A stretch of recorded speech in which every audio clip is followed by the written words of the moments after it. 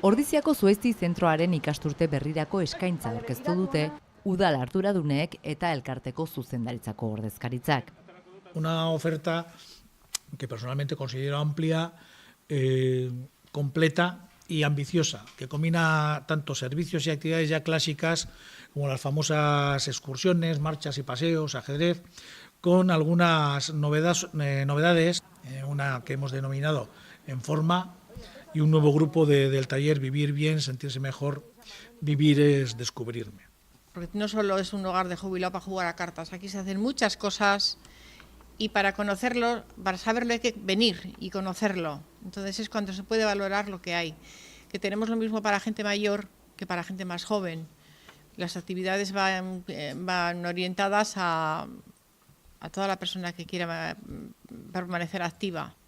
Perdemos años de prepararnos, de mantenernos activos, porque lo que perdonemos en esos años, ya a nuestra edad todo lo que se pierde es muy difícil recuperar. Entonces hay que empezar en cuanto te jubilas a estar activo, a tener inquietudes. Kontuan hartu behar dugu, zahartzaroa prozesua oso luzea dela eta adintarte desberdinak hartzen dituela.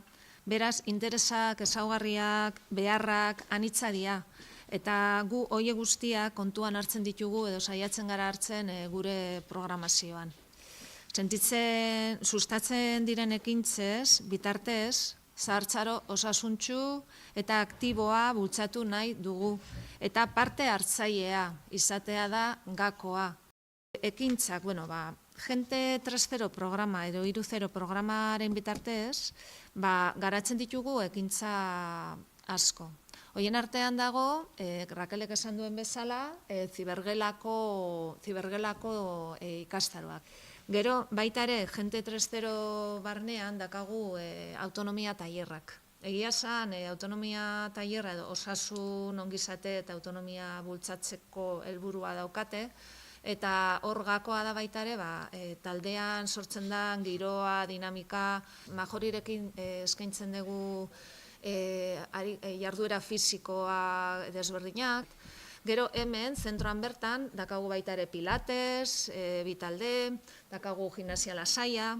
Egia esan, programa horiek erantzun handia izaten ari dira.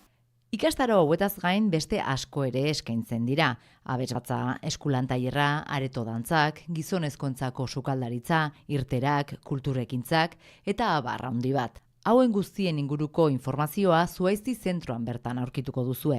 Batez ere, nahi duguna da, jendea taldean egitea ekintzak, eta